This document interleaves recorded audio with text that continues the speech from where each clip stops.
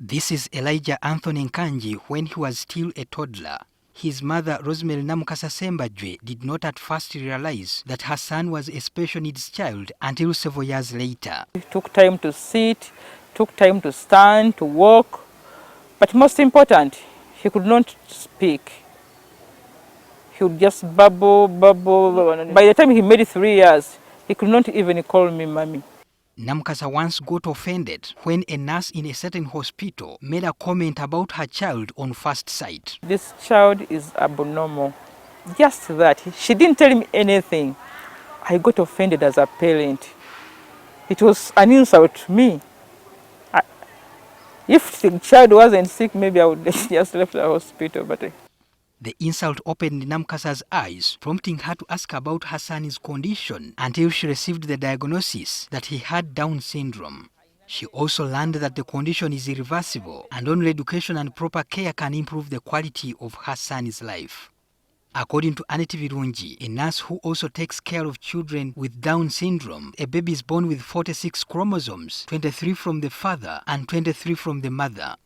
However, a person with Down syndrome will have an extra chromosome which causes developmental changes and physical features associated with physical growth delays, mild to moderate intellectual disability, and other characteristic facial features. When they are born, they have signs like you find that they have a short neck, and sometimes you find the neck also have some muscles, a lot of muscles than the face. The face will be flat in some children. If you care for your child very well, you will get value out of that child. But if you neglect this child, you will find a lot of challenge.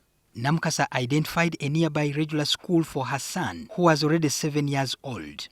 Nkanji was initially denied admission. A special needs school was later identified to help him to develop his motor skills in this school for 5 years. He could swim and he could make necklaces. This is part of Elijah's work. You can see the necklace I'm putting on. This is a bangle. This is also a necklace which I wear with my gum. Later, Namukasa transferred her son to a regular school, Namugongo Boys, to give him a new challenge. Nkanji, who was at that time 12 years old, was demoted after assessment. Although he was in P5, by their standard, he could fit in P2. We accepted. For the last 7 years, Nkanji found peace in Namugongo Boys School, where he was also given a chance to develop spiritually. He used to shiver. Now for me, I used to get for him food, porridge, and to help him to write by that time because he was not able to write well. Yes, I helped him to write. But the teacher told me, stop writing for him so that he can learn how to write. Father Vincent Rubega, the parish priest of Uganda Matters Catholic Shrine Namugongo, was able to identify Nkanji's strength and chose to nurture him into serving at the altar during a Holy Mass. I remember the first time he was at the altar.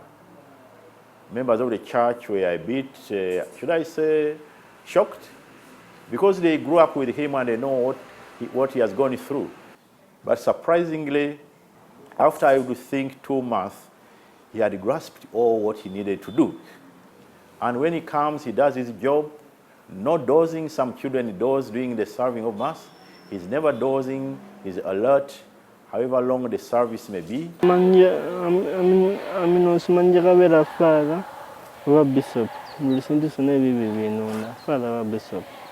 Today, Nkanji, who is currently 19, sat for his primary living examinations.